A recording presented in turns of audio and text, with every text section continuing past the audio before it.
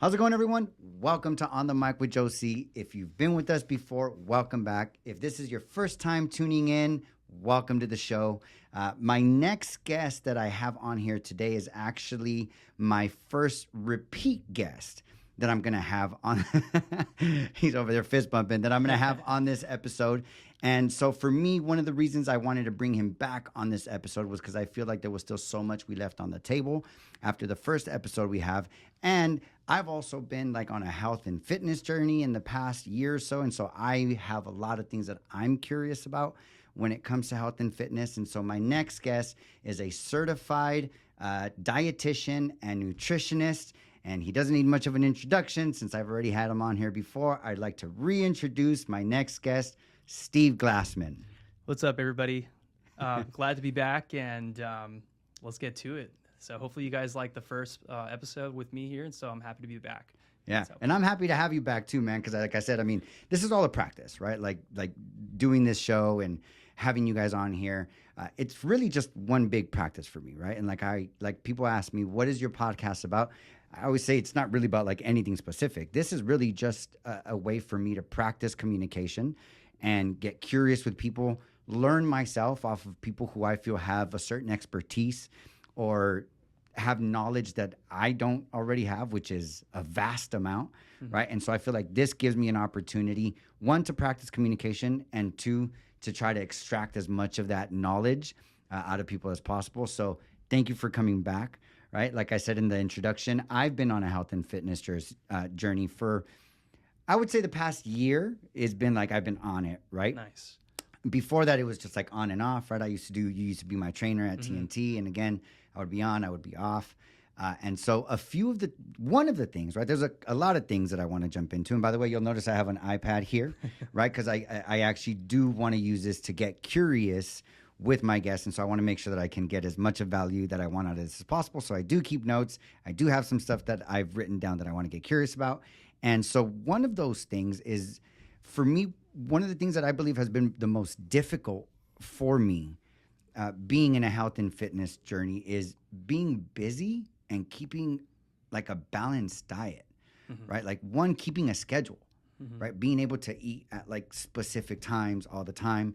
And then two, being able to either meal prep or even just know what to eat, right? When I don't meal prep, where do I go? Like, do I go to Wobble Grill? Do I go to In-N-Out? What's good? What's not good, right? And so one of the first things I want to ask you is, somebody who is on a health and fitness journey, what are some of the things that you would, like, what are some of the advices you would give for somebody who's busy? Let me just start with like a topic here because I work with so many individuals that just don't even bother eating at home. So they only they only have options to eat out, and they want to be able to stay on track with it. So let's just say this is probably a really extreme example. Like, let's say somebody eats at Chick-fil-A 6 days out of the week, and then they want to at least once a day, we'll say, and then they want to order, occasionally, or most of the time they're ordering like some type of like fried chicken sandwich that they usually have, or French fries with it type of thing too. So usually when I come in with this and be like, okay, so for some reason, if Chick-fil-A is the only thing that you want to have, luckily they have other options on there. Instead of 6 days of the week having the same exact thing, let's try and cut that down to like at least 2 or 3 days, choosing some other type of option, whether if it's grilled chicken, switching over to, instead of fries, like having some other type of alternative, like a side salad, something that's like some type of realistic small step that you can start to make progress and changes towards. But this is something that, like, it's going to take time to do, and you want to make sure that it's set in a realistic standard so it isn't overwhelming with already how hectic and a crazy lifestyle that you may be already dealing with type things. I'm glad you brought up like fast food, right? And I do believe that there's a lot of people who are in that boat where you just don't cook at home.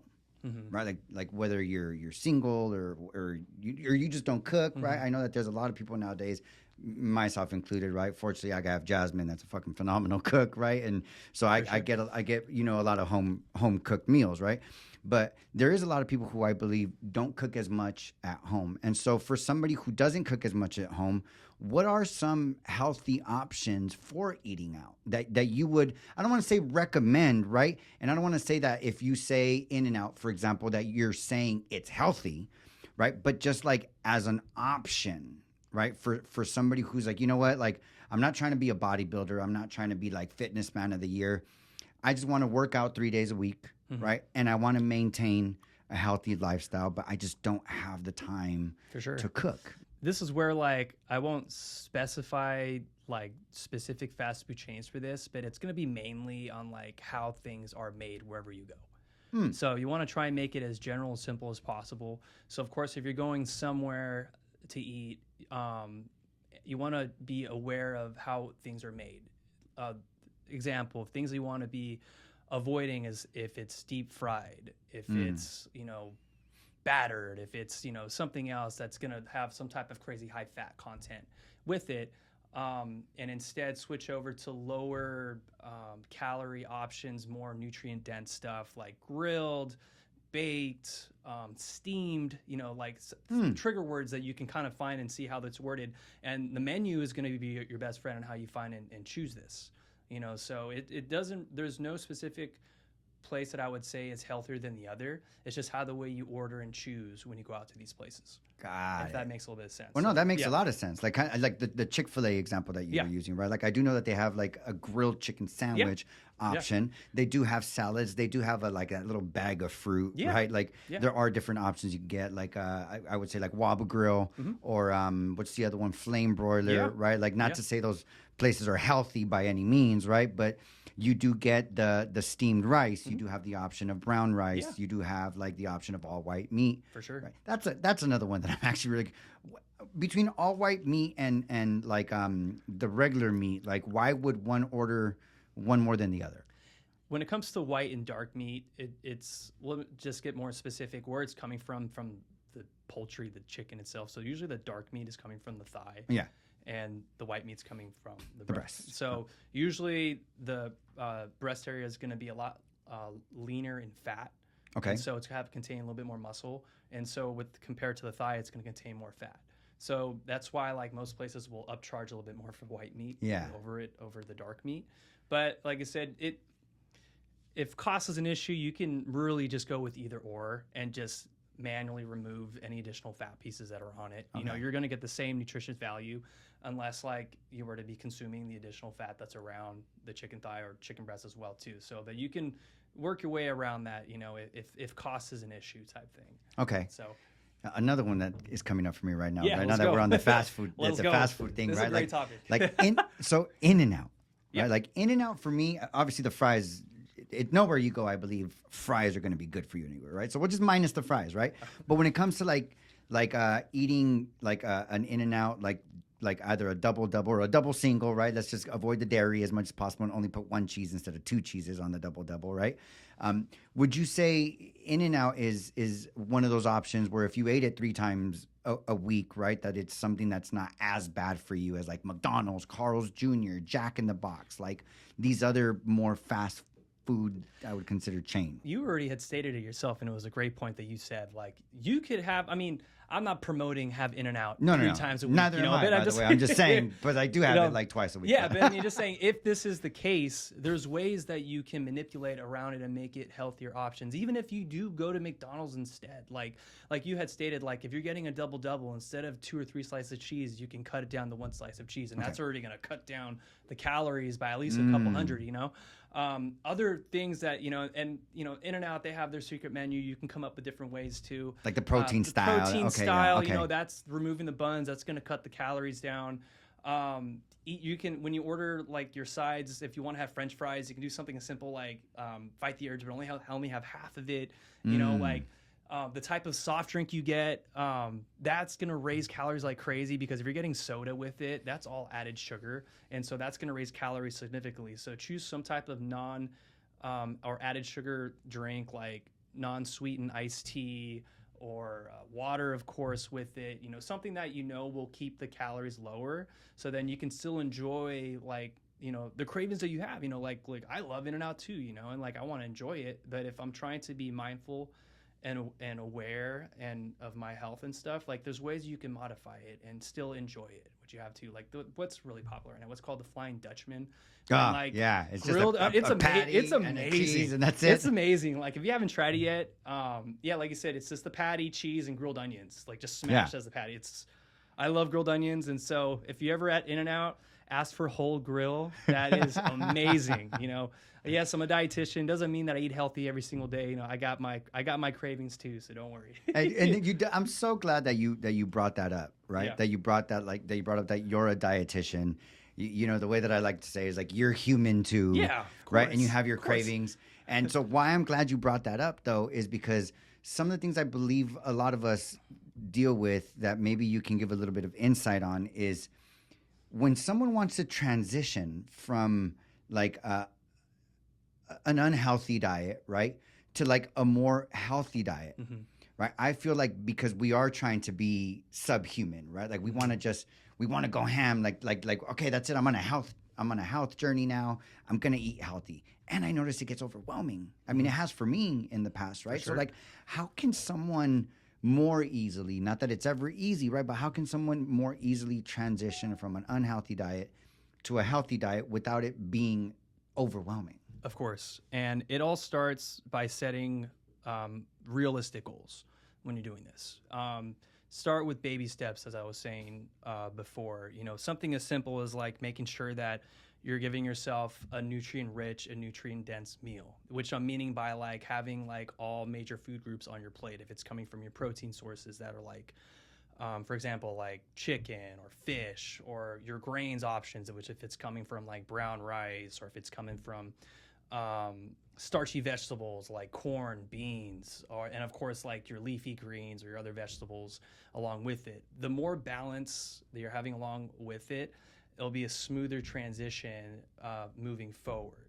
So set realistic goals. Another top one is also looking at your portions. Portion control is a great starting tool too. That one. And that could be easily let go. So meaning that like, when I work with a lot of individuals that are wanting to lose weight. And so when you think of the simple concept of losing weight is putting yourself in what's called a minor calorie deficit, which is meaning that if you set calories or if you follow it, that what you normally have, you want to be below that, slightly, just so you're kind of trending towards the weight loss that you would want, and of course this could be different for everybody.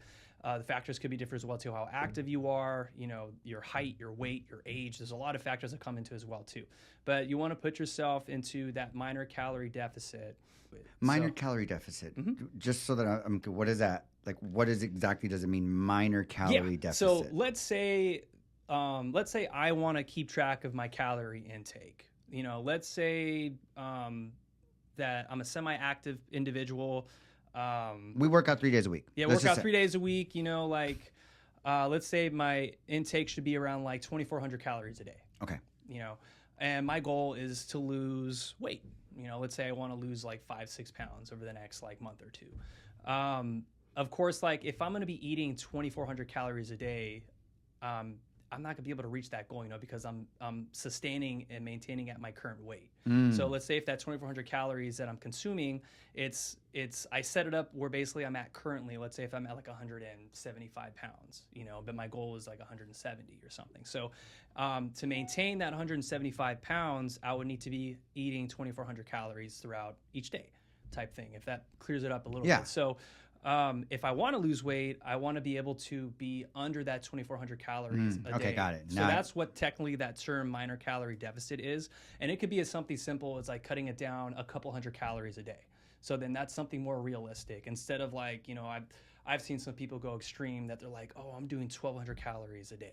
That's a big jump. That's half of your calorie count. And that's almost it's extreme. That's not almost extreme. That's an extreme jump and something that's not really realistic. And most likely you're going to burn yourself out and you won't be able to sustain it. So cutting your calories down minor with it allows you to still have a lot of foods, which is bringing us back to like fast food or anything like that too. That technically, if you are still having in and out, but or other foods that you normally would have, but if you're under that 2,400 calories a day, you're technically still in a deficit. The minor calorie deficit, what I'm getting from it is that's like for weight loss, right? Like Yes. If you want to lose weight, you Yes. cut down a little bit on the calories, watch that, and okay. And then if you're trying to gain weight, you obviously eat more than that, Yeah. or if you're trying to maintain, you're with it too. That's kind of like that tipping scale on what you're trying to do when it comes to weight loss with it too. And of course, like when you work with a dietitian like myself, I try to come up with strategies and ways to make it fun and also realistic and goals when you work with a professional like myself too,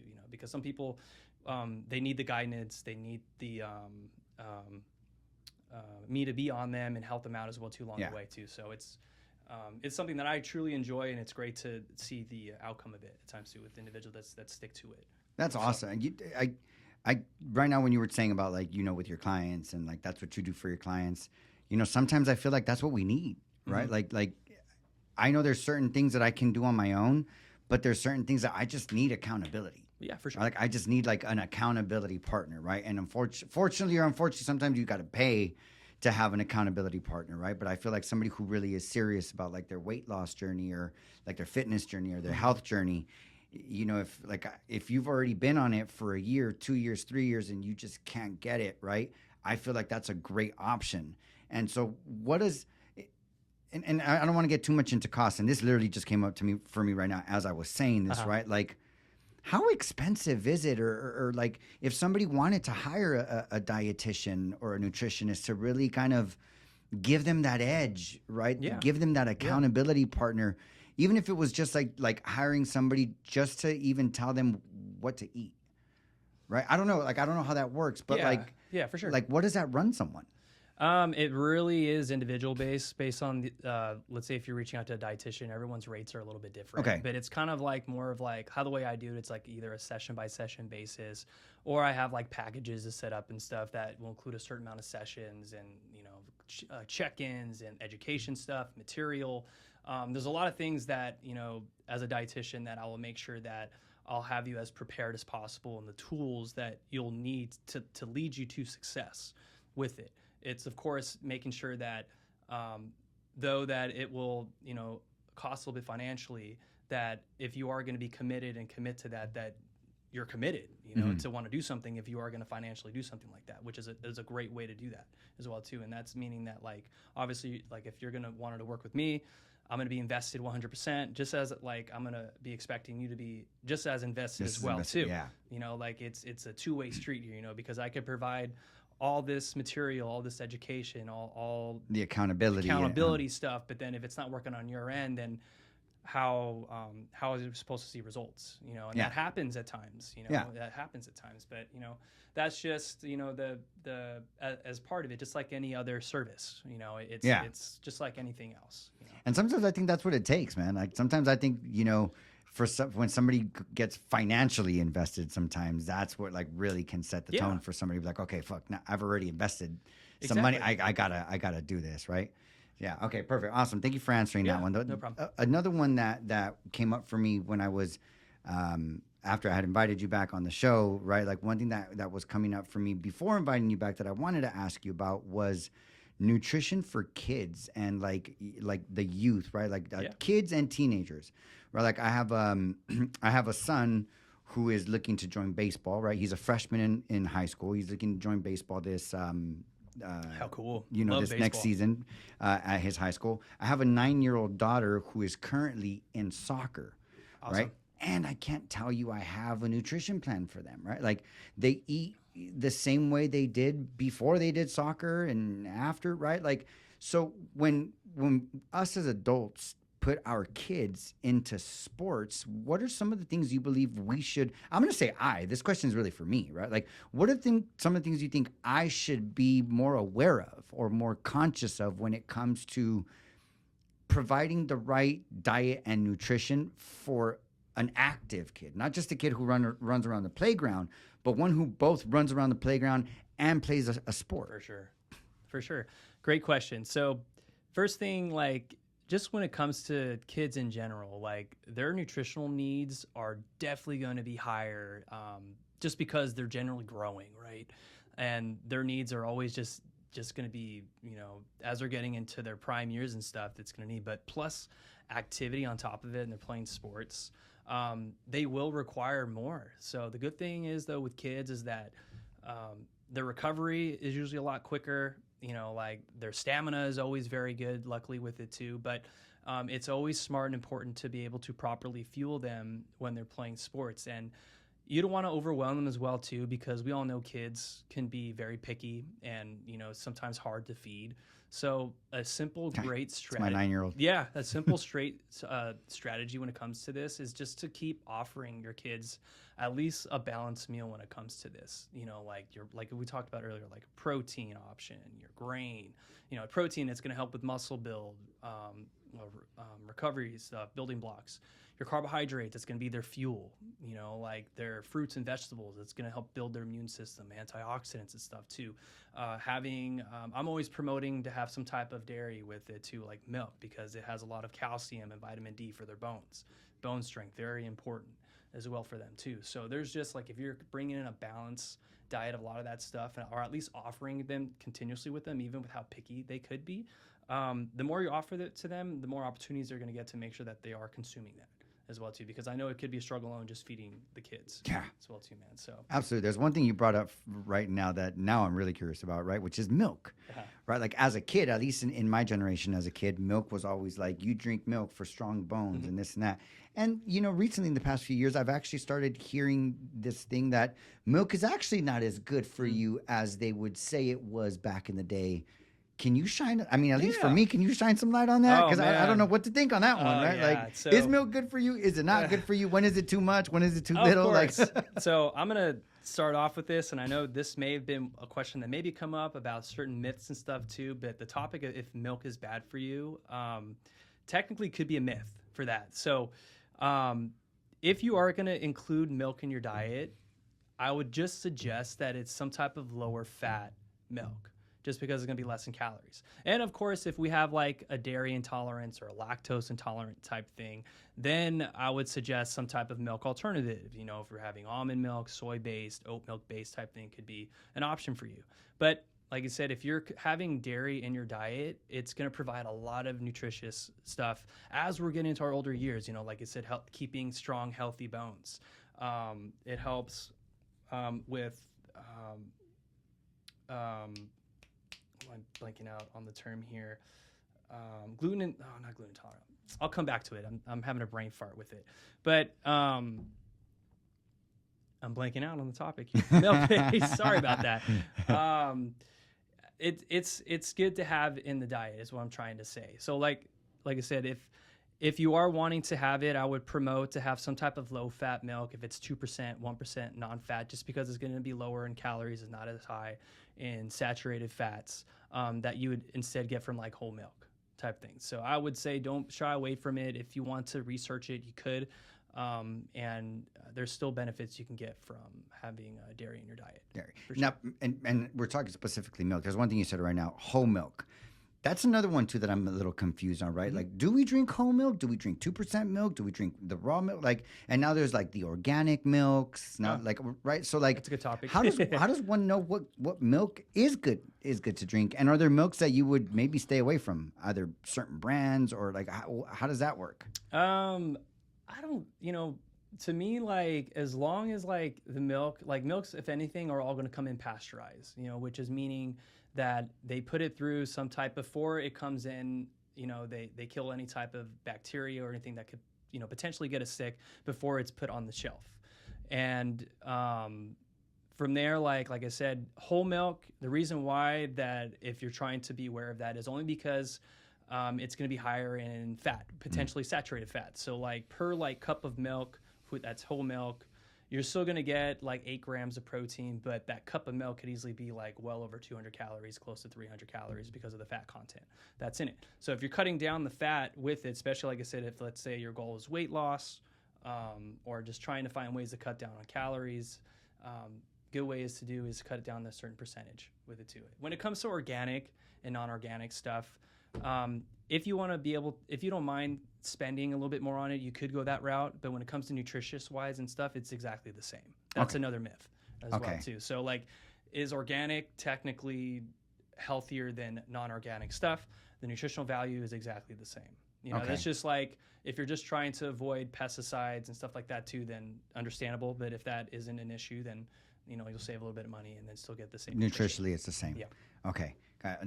And I didn't think we were going to get into so much milk topic, right? But this is awesome. Another one that I'm curious about is like there's lactate, right? Is there any nutritional differences between whole milk or regular milk and lactate milk? No. So the only difference with the lactate is that they remove the that protein that's in it that causes that discomfort for someone who is lactose intolerant. Okay. That doesn't have any nutritional effect with it. You still get 8 grams of protein with it.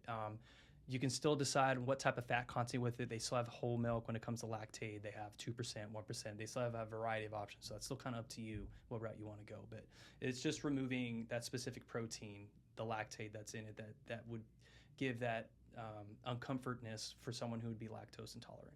Okay, So cool, perfect. So I'm glad we're talking about the lactose only because there is something else I'm curious about. This is going to be more the adult question, Sure. right? Because this one's for me, but I do want to get a little bit more clarity on the question that I had about the kids and the youth, right?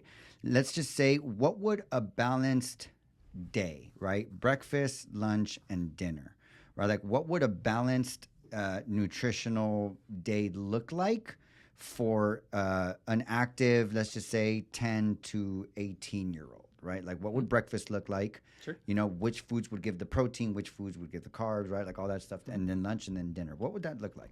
Okay, so let's start with breakfast. So like I said, if you're looking for balance, of course, like if you're wanting to find something like what's something that kids really enjoy to have for breakfast, like let's say if they like pancakes, Okay. like we could go pancakes route, but if you wanted to make it yourself and find ways to make it a little bit healthier and the type of things, you could do that and modify it a little bit. But if you're providing them like pancakes with that, that's still a good option. If you're giving them some type of natural sweetener like honey or natural like syrup, something like they technically could have that, and that's okay. That's better than some type of added sugar, something on top of it. If you're providing, let's say with that pancake, like a side of like 1 or 2 scrambled eggs with it, that's going to provide them some protein, right? And then you can give them something like chopped berries, like strawberries, blueberries, raspberries, Antioxidants, something with that for uh-huh. antioxidants, fuel, and something that, you know, most kids, I would assume like berries, you know, that could be a good option. And, you know, a side of like low fat milk or something with them, you know, that could be a great nutritious balanced breakfast.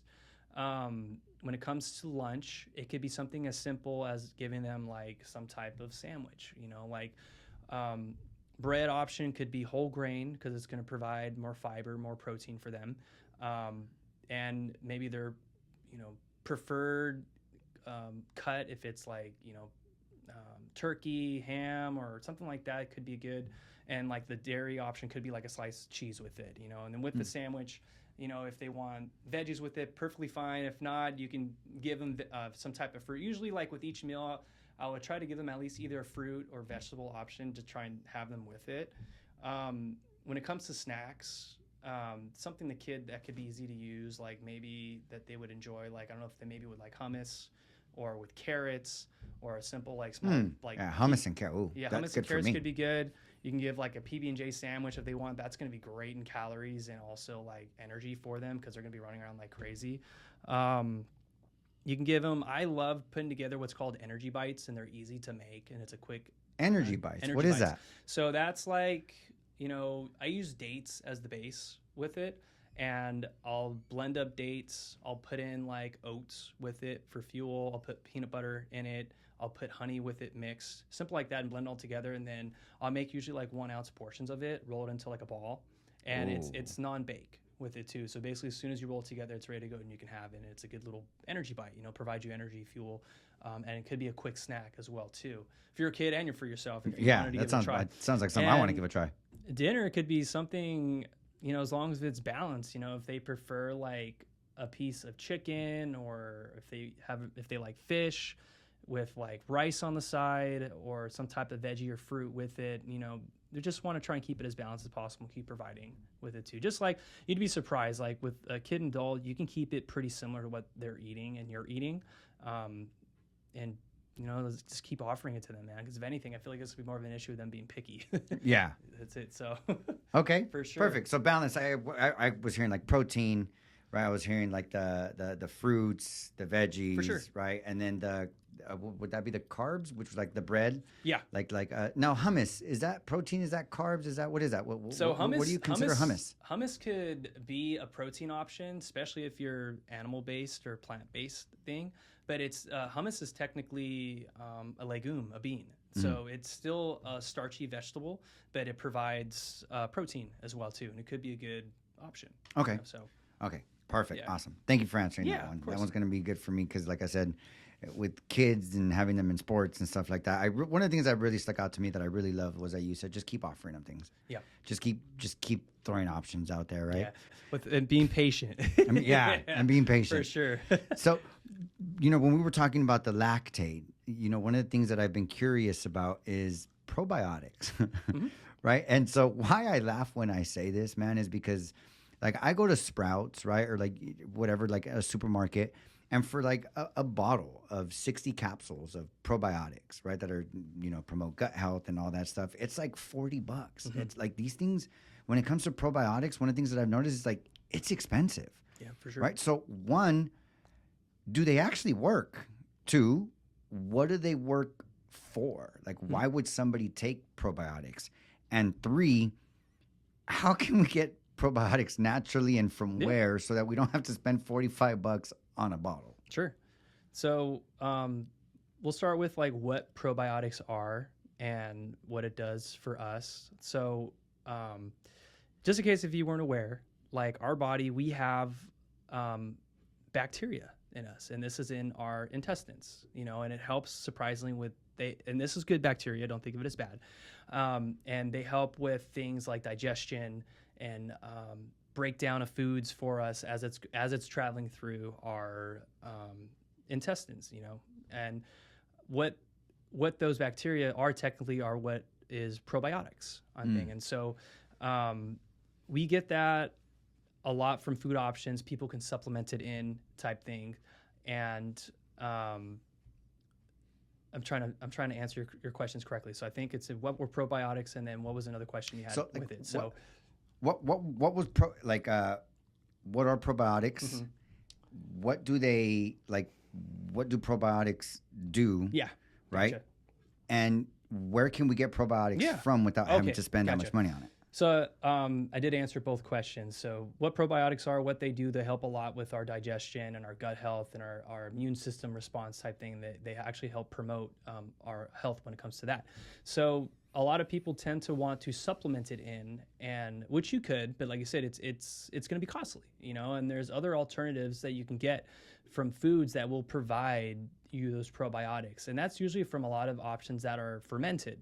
So if that's coming from options like yogurt, which is a great option, you can get it from like sauerkraut as well too. You can get it from kimchi.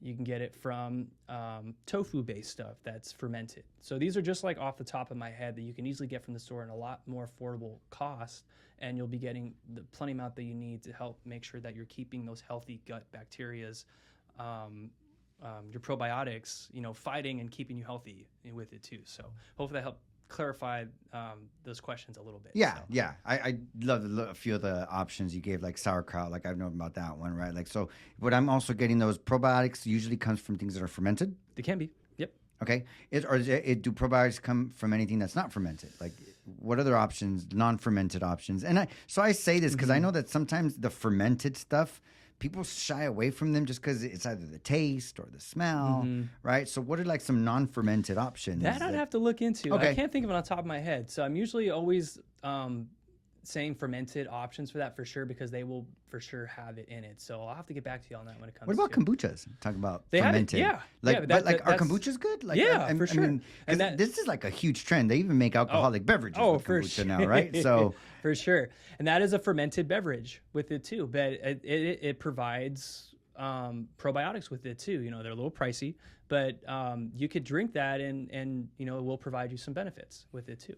Okay. So go ahead. One thing that I've heard before is, the having healthy bacteria actually, helps with mood and stress and Mhm. anxiety and things like that. Um, what are what are some things that you know of when it comes to like a healthy gut and like the coalition or whatever, like the correlation between your gut and like how your mood is? For sure. Um, a healthy gut will help promote just a natural flow of just about anything with you. Like I said, when it comes to your digestion, when it comes into just how the way you feel type thing. And so like if you're having issues with like, and this could be related to a health issue, this could be on poor diet decisions.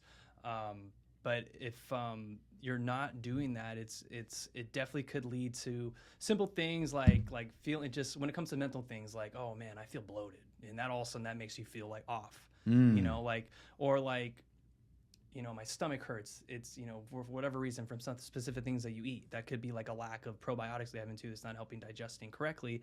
When it comes to health issues, there's individuals that deal with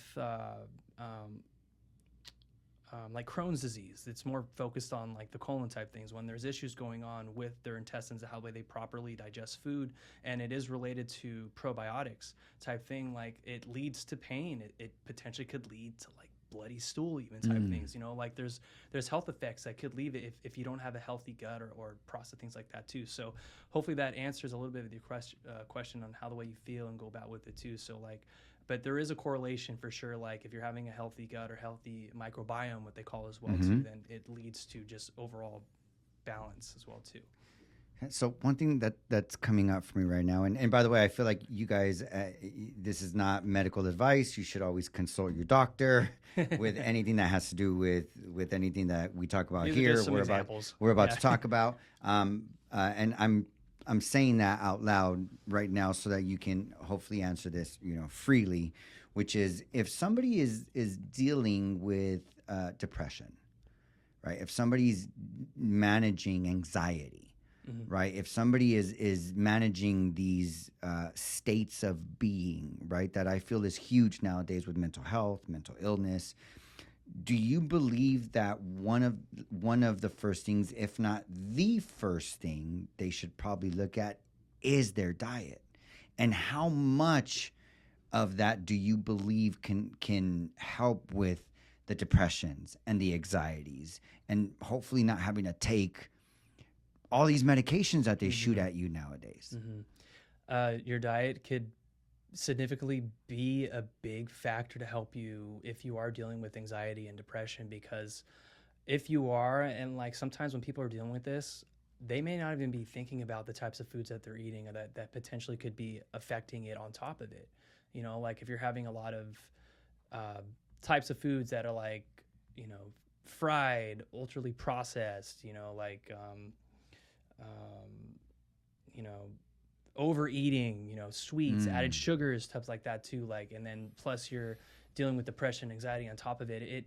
It could really lead to that additional, way of how you're feeling. So if you're able to clean that up a little bit and include in more healthy options like fruits that will provide you antioxidants, build your immune system, high fiber options that can help cleanse you out a little bit. Balance things like I've talked about before between your proteins, your carbs, like all that stuff too, and kind of help clean out your intestines, your stomach, all that stuff too, which will lead to healthier blood flow, better energy, clarity type thing too. You'd be surprised that diet really could play a factor to getting you towards where you want to be health wise if we are dealing with anxiety and depression for sure. Man, I think this is such a great conversation, Yeah. really, because at least what's came up for me here is like, I don't believe that's one of the things that comes up much, right? Like you see commercials nowadays and things like that about people having anxiety and depression, and very very few times, if any, do I hear the conversation around that. Just go to diet, Mm-hmm. right? It's like, oh, I'm dealing with depression. How often do you hear it's like, oh, well, what does your diet look like? Mm-hmm. Right? What are you eating day to day? Yeah. Right? Do you take probiotics? Right? Yeah. Like I just don't see a lot of the conversation around depression and Yeah. anxiety and these things going to diet. Do you believe that if this conversation went and started looking at diet first, that it would have a bigger impact than a lot of the things that are going into it now. Yeah, I mean, it's gonna vary person to person on this, and this is why like mental health is like such a, you know, it's becoming such a big thing now, and thank goodness, you know, like because mental health is a big topic, and it's very sensitive to some individuals and stuff. So, it's based on what someone is. Sometimes someone needs to be on some type of medication to balance them out. But you'd still be surprised that like, even if that's the case, like if you're able to incorporate a healthy balanced diet with it, it's just going to make it that much of a smoother transition into where you want to be health wise type thing. So, it could be a sensitive topic for a lot of individuals, but just know that like, diet and nutrition could play a big factor as well too. Nice. Yeah. I'm so glad that conversation came up because that definitely was not one of the ones that I had in my a notes. very, Right, very so I'm good topic. super glad that there's I haven't even gotten to most of my notes, to be quite honest. I think we've kind of just been jumping off. You know, we've been jumping into that. We've had some great combos. Yeah, we have. Now, one of the things that came up for me right now, as far as the mental health part, that is something that's on my notes that I'm super curious to ask you about is alcohol. Right, like I love a drink. Right, like I do too. I love a whiskey. Right, I love having a beer. I enjoy going to breweries and for sure, all that IPAs, stuff, right? And I also like being healthy, right? Like sure. I also like being conscious of my health. I like working out, right? And so one question I have is, how much does moderate social, right? I think it goes without question that most of us know that an overconsumption of alcohol or alcoholism is bad for you. Of course. Right? Like there's no way of, I don't think there's any way of like justifying that one, right? But like how much of an impact does like social drinking, right? Like the person who goes out 2-3 days a week and has 2 to 3 beers each outing, or 2, the person who comes home and has 1 beer with their dinner every day, right? Or somebody who comes home, both male and female. I love a glass of wine too, right? But like the person who comes home and has the 1 half to full glass of wine, for sure, right? Like before, like during with their dinner or whatever. How much of an impact does that type of alcohol consumption have on somebody who is trying to maintain a healthy lifestyle? Of course, and like you said, it all starts with moderation. You know, like it's a lot of us here enjoy a good drink, you know, and it just matters. And there are guidelines from USDA and Academy of Nutrition type things too that I'll generally go based off of. And I'll state that first. And so you gave a good couple examples too. And this is per day. So they kind of separated based off male and female, that if you are consuming for a male 2 drinks per day, and this is like either an 8-ounce beer, a light beer, you could say, or some type of low-calorie beverages with like 1 shot with it would count as a drink as well too. If you're having up to 2 drinks of that per day, and this is throughout a 7-day week, that technically you still could be reaching your health goals with it. And then for women, they categorize it as 1 drink. So I'm sorry, ladies, I don't know why they decide to give men, you know, a little bit more than you do, but that's just based off those guidelines. So off my opinion though, that you were stating that if you're having 2 to 3 drinks, 2 to 3 days a week, 2 to 3 days a week could be manageable, sustainable, but I would just try to, just how we were talking about earlier with fast food and trying to find ways to cut down the calories type things too. Alcohol, first off, does carry calories. So this is where like, and the alcohol thing can go into more stuff as well too, but I'll just start with the calories. So per ounce of alcohol will carry 7 calories. And these are called dry calories, meaning that there's no nutrition value with it. So basically meaning the more that you have, the more calories that can add up technically with no nutrition value with it too. So 7 calories is pretty high up there, you know, because when you think of carbohydrates, protein, and fats, it's almost just as high as fat, which is 9 calories per gram. And then of course, protein and carbs are both 4 calories per gram on it too. So that alone, knowing that like if you keep track of calories alone will let you know that like, you know, the more you consume, the higher the calories technically could be. Plus on top of like, let's say if you're having mixed drinks, you know, which can easily add up additional added sugars on top of it and calories on top of it as well too. So that's just where like it leads to like, of course, everything in moderation. Choose how the way you choose your drinks. I gave you the guidelines, you know, which you could follow and still be able to reach goals. But of course, it is going to be individual based as well too. Just know that like if you're a little bit more of a heavy drinker, I'll just state it, and it's always the obvious. If you're consuming way too much, it's going to, and you're trying to reach health goals, it's going to be a lot more challenging. Alcohol leads to a lot of, you know, impairments on stuff. It leads to poor decisions, you know, what you're going to be eating on top of it. It's health damaging. It depletes muscle. It destroys your liver. So this is just like not trying to scare you, but if we're over consuming too much, there's going to be a lot more red flags with it than benefits when it comes to alcohol. But like I'm saying, if we're obviously doing in moderation, you know, you'd be surprised you can still reach some health goals with it. Okay. And so just one of the things that I want to be clear in your expert opinion, right? And we, a lot of things here on the show, guys, it's opinions, right? If they're facts, we'll state facts. If not, just take it as an opinion, right? Like the whole, like one drink a day, right? Like, would you say that is overconsumption, or would you consider that moderation? I would say that's moderation. You know, like for someone, personally, myself, I don't think I could do 7 days a week with one drink. I'm more the type like socially, like maybe a day or two a week, and I'll do that. But that's just me. Yeah, but of course. like, if you're the type of person that like, if you just, you know, want to have a beer once a day, 7 days a week, that's moderation. You know, even towards technically the guidelines. Okay. So you'd be okay with it too. So. If you have more questions on and want to go in more detail, you can always reach out to me and we can get more in depth with it as well. So perfect, if it's individual based, you know. So perfect, awesome. Yeah, like I said, that's one that for me, you know, I just wanted to know how much of an impact that could have, because, like, again, I do aspire to be as healthy as possible, and not as possible, right, but as healthy as I choose to be, right? And I enjoy having, you know, my beer. Maybe not once a day, right? But I do drink socially, and I do enjoy having a good beer. And I know that that's something that I can consciously say I'm aware of, that I'm not going to stop.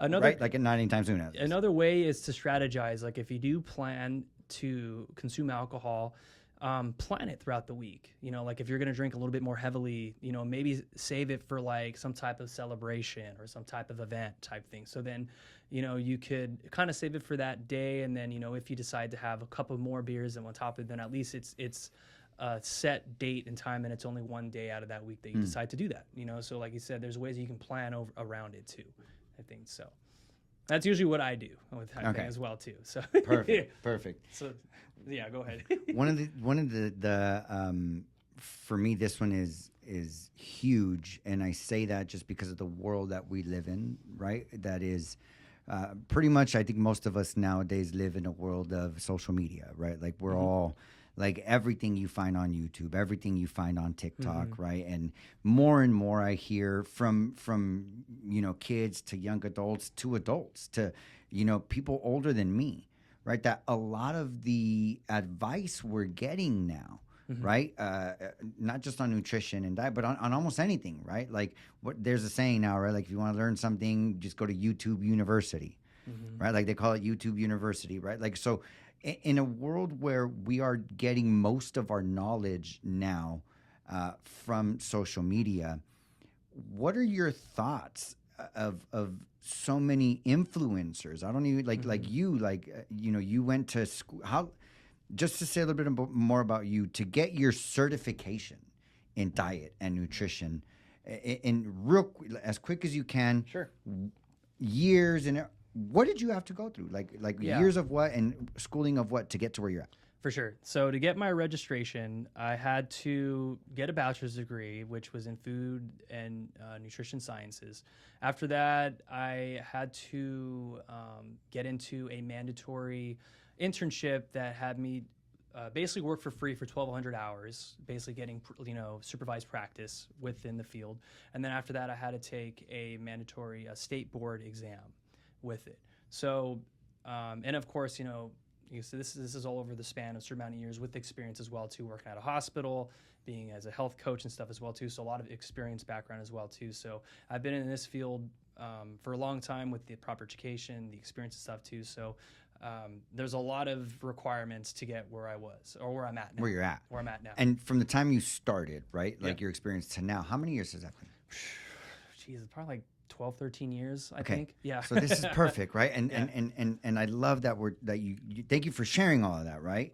And I love it because I believe that now there's a lot of people on the internet giving health and nutrition and diet advice that don't have anywhere near the amount of experience nor the certifications Yep. that someone like you has, right? Yeah, for sure. And so in a world where we're getting most of our advice from that, what can you say to people that are looking to social media, that are believing a lot of what comes from TikTok and Reels and things like that when it comes to their bodies, when it comes to their health? It is a little scary, because a lot of these trends that happen or influencers that are doing certain things, like I said, you don't know what type of background they have or certification, or even if they have one type thing. So I'd first research a little bit to make sure like the resources of like the information that maybe that influencer is getting it from, or like where that's coming from type thing, because a lot of stuff could just be maybe what is working personally, individually for them. And so they will post it on there assuming that, this worked for me, this could work for you, which is not always the case, and always look at the research, look what backs it up. Don't just jump onto something just because someone lost 15 pounds in 3 weeks, which is pretty extreme, and how the way they did it. And most likely it was some type of insane restriction, cutting out carbohydrates, liquid diet, like a lot of other diet trends, you'd be surprised, that led them to that extreme, so just, which is a whole nother topic, with it too. So, but I would just make sure to research, what certifications they have, what registrations they have, their background, just to make sure it's like legitimate, so. Okay. Yeah. Got it. So just do your research. Do your research. Guys, do your research. Yeah. Right. And so why I bring this up, guys, is because, and I know I'm guilty of it too, right? I'm not judging anybody because again, I do this shit too. Right. But why this is something I wanted to bring up here is because I feel like a lot of us see a lot of these things on YouTube, or on social media, period. And not only do we take the advice ourselves and use it for ourselves, but then we go and we spread it to others, right? And I've had conversations with many people that'll say, "Oh, you should do this and you should do that." "Oh, really? Where did you hear?" "Oh, well, I heard this person or this person or that person." And like I'm going to say we're, because I may be guilty of this too. We're spreading this information that we're getting from these people that maybe aren't as experienced and or educated or certified to others as facts, right? And a lot of times we're not even saying, "Oh, so I heard it from," no, we're saying, "Oh, you should do this," right? Like you should do the other. Like we're spreading this information we're getting from others as facts. For sure. Right. And when it comes to health and nutrition, I feel like that's like a slippery slope. I feel like that could be very dangerous. Yeah, definitely. Right. And so I love what you just said about like, do your research, right? Like, don't believe everything you hear right off the bat, right? Like do your research. This is perfect. There was somebody I was having a conversation with recently that, he was having kidney stone problems or something like that, something with stones, right? And that he took kale and spinach completely out of his diet because he heard this doctor on TikTok say that kale and spinach causes kidney stones. Interesting. Right? And so from that one video, this guy completely eliminated, right, kale and spinach from his diet, right? And so I researched it. I went on ChatGPT, then I went on Google, then I watched a few things, like, because I'm like, dude, like, how could any doctor recommend for anybody to like just take kale and spinach out of your diet, right? And so what I found in my research, right, and again, this is my opinion based off research I found, right, was that yes, kale and spinach and those kinds of greens do contribute to kidney stones. Interesting. If you don't balance it with proper fats and like this and that and the other, right? Like, so it's not that they cause kidney stones alone. It's just that if you don't balance it with other things that you need in your diet, then it can contribute to kidney stones. Yeah, for sure. Right? But sure. this dude eliminated it Interesting. from his diet, right? Like completely because of this one video he watched on TikTok.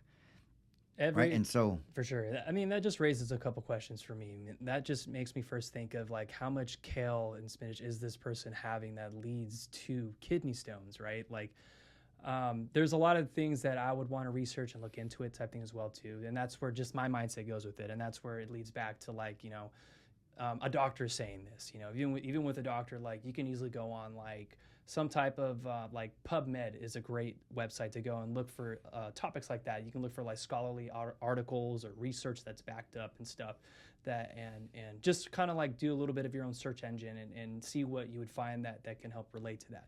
You know, because even though it is coming from a doctor, like this works for one person, it doesn't mean it could technically work for someone else too. You know, it's kind of still individually based with it, and I would still research it. Yeah, do your research. Yeah. Do your research, For right? sure. Do your research, and this is something I'll say like very strongly, right? Like, do your research, especially if you're going to be spreading it, right? Like, especially if you're going to be sharing this information with others, right? I think the least we can do is do some research, right? And then also make sure you include when you share it with people.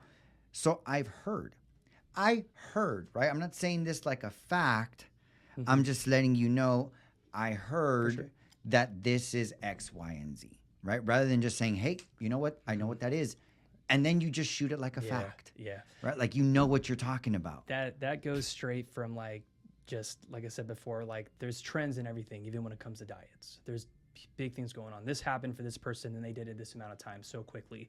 I think you should try this. You know, that's just, you know, a lot of it is basically what's going on with trends, you know, so I definitely understand. Yeah. That for sure, man. Do your research. Got it. So I don't want to take up too much more of your time. I appreciate the time you've already given me with this. We already reached the time. How quick this It's goes. been like an hour already, man. It's been like an hour we've been on here already.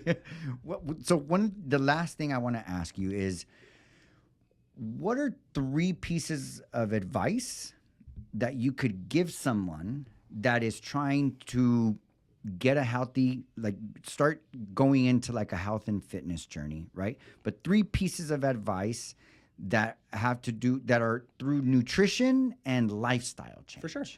And a lot of these can be combined. And a lot of this, these that I'm going to bring up, I basically have been kind of talking about as we've been going through this podcast, but they're great starting points. The first one is setting realistic goals. Do not just shoot out of the gates and be like, you know, I'm going to do this diet and for a certain amount and just see how long it takes me, you know, and all of a sudden you're burnt out after 2 weeks. Set up realistic goals that you know you can commit yourself to it and over a period of time.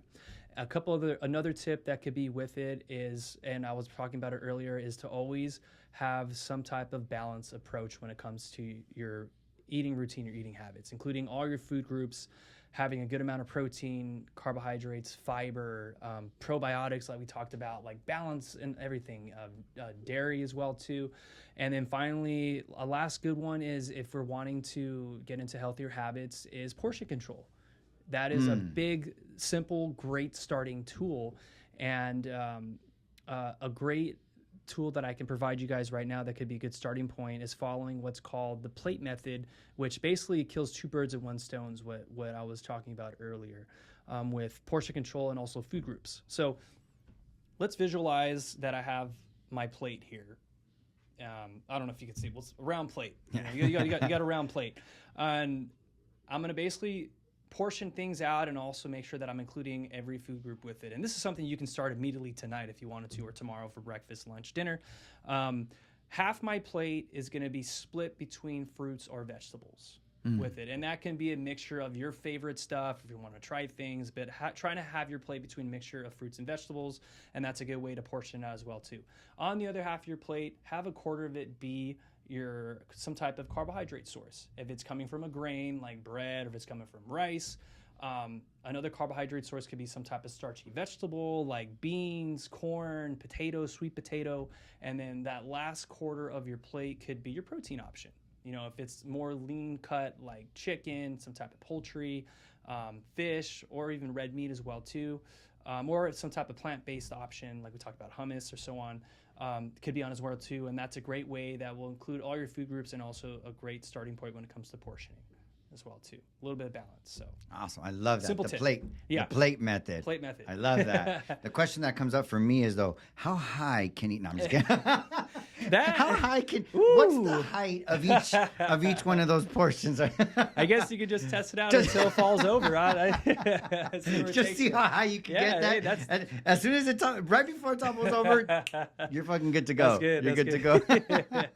Awesome. Well, hey, Steve, I appreciate you coming through again, sure, man. man. This is an awesome experience for me, right? Because one of the things that I loved about this episode was that, like I said, you are my first return guest, right? There are a few guests that like I do have that I want to come back on the show, right? And why I was excited to have this was because for me, my practice through this podcast is communication and it is curiosity, right? And so what excited me was that the curiosity part came back up, right? Sure. Where I said, no, I want to get more curious about certain things, and this is the guy. Heck yeah, man. Right? And so I appreciate you coming back again for this second episode. Before we shut this, episode down, if you could just let our guests know where they can contact you, how they can get a hold of you, and everything that you're up to right now. For sure. So I'll give you my TikTok, which is Empowered Dietitian. And my Instagram is, I always get if it's my first name or last name mixed up on it. Instagram. Oh, hold on. Let me take it off airplane mode. Let's see.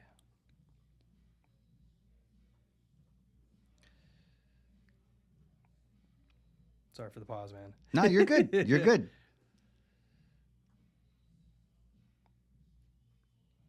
With 3 cameras, this is going to be so easy. So you're good. I know the pressure. So Steven_Glassman, straightforward. Steven_Glass RD. Sorry, Steven_Glass RD on Instagram. And then TikTok would be Empowered Dietitian. So, and then things going on for myself, if you are an individual that's I do private consulting. So if you are an individual that is needing some guidance or some help when it comes to some nutrition goals, if it's weight loss, weight gain, if it's a health-related matter, I am more than willing to want to work with you and help you out and guide you and accountability and lead you towards that help too. I do one-on-one, I do group sessions. I also do wellness workshops to go with a variety of nutrition topics. So if that is something of interest, you can reach out to me on my social media and or even just start a conversation. Go to it. Awesome. Appreciate that. And for anybody listening, guys, take advantage of this, right? Like, and not just this podcast, but any podcast that you guys watch or anything like that. There's a lot of guests that go on podcasts that give you their information. And these are real human beings, right? Like, you can reach out and you can ask questions. Like with Steve right here, guys, like take advantage. Shoot him a DM, right? Like whether it's on TikTok, on Instagram, ask him questions, get curious.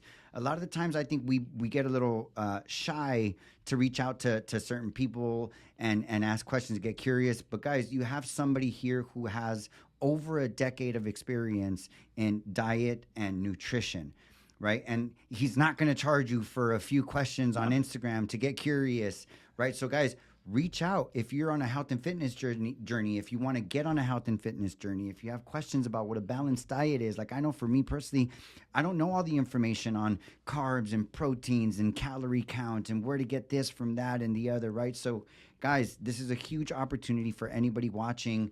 Reach out to Steve. Ask him any questions that you have on diet and nutrition. And I'm almost certain, because he's right here and he's already told me so, that he'd be more than happy to help you out and answer any questions that you guys have. For sure. All right. So with that said, guys, we are going to close out the show. I'd like to thank our one and only sponsor that I'd like to say is not only sponsoring this podcast, but is supplementing my entire life, which is the original Clip Joint Barbershop. We have 2 locations located in the San Gabriel Valley.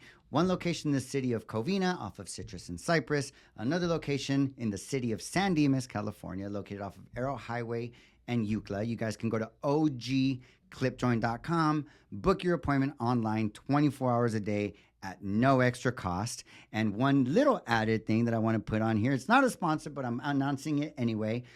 My mother, shout out Norma, and my oldest daughter, Jolene, shout out Jolene, we are in the process and beginning stages of starting a salsa company. Or a salsa brand, I should say.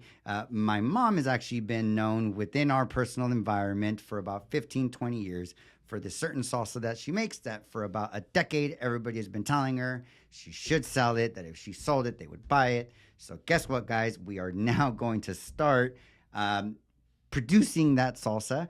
And if you guys go on Instagram and look up Mima's Salsa, which is the name of the salsa, if you guys can go on there and give us a follow, I think as soon as we reach a little over 60 followers on that page, we are going to announce a giveaway where we are going to give away about 100 samples of salsa. And so if you guys want to be part of that giveaway, go and follow Mima's Salsa on Instagram.